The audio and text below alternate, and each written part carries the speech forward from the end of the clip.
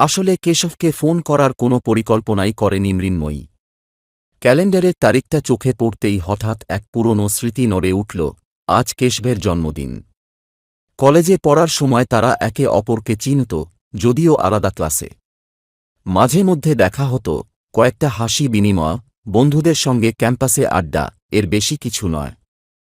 এমন কিছু নয় যাকে মনে ধরে রাখার কথা কেউ ভাববে।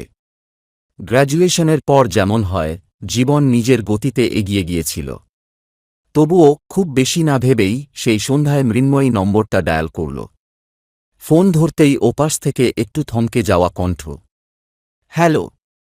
অনিশ্চয়তা স্পষ্ট। মুহূর্তের মধ্যেই সে বুঝে গেল, কেশব তার গলা চিনতে পারেনি। তার নম্বরও বোধহয় সেভ করা নেই। অল্প সময়ের জন্য লজ্জা আর অস্বস্তি মৃন্ময়ীকে ঘিরে ধরল। নিজেকে বোকা বোকা লাগছে, হঠাৎ ফোন করা, আর ধরে নেওয়া যে কেশব তাকে চিনতে পারবে। তবুও হালকা একটা হাসি গলায় মিশিয়ে সে বলল, হাই। শুভ জন্মদিন। কেশব ভদ্রভাবে ধন্যবাদ জানাল। অপ্রাসঙ্গিক কিছু কথা বার্তা হওয়ার পর কলটা শেষ হল। এই মুহূর্তটাকে সেখানেই শেষ হতে দিল মৃন্ময়ী।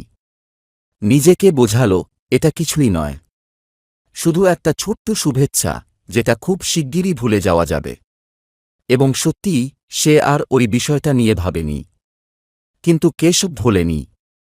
সেই দিন সবকিছু মনে রেখেছিল কেশব।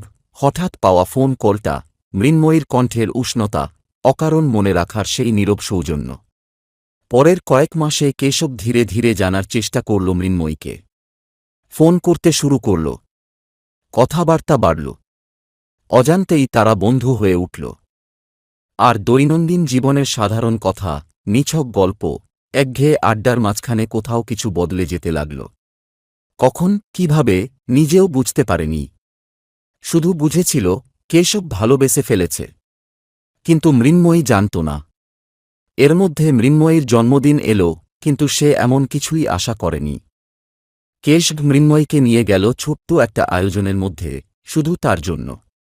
একটা ছোট কেক, নরম আলোয় জ্বলা একটা মাত্র মোমবাতি, এক জোড়া কানের দুল, কারণ কেশব মনে রেখেছিল মৃন্ময়ী দুল পরতে ভালোবাসে।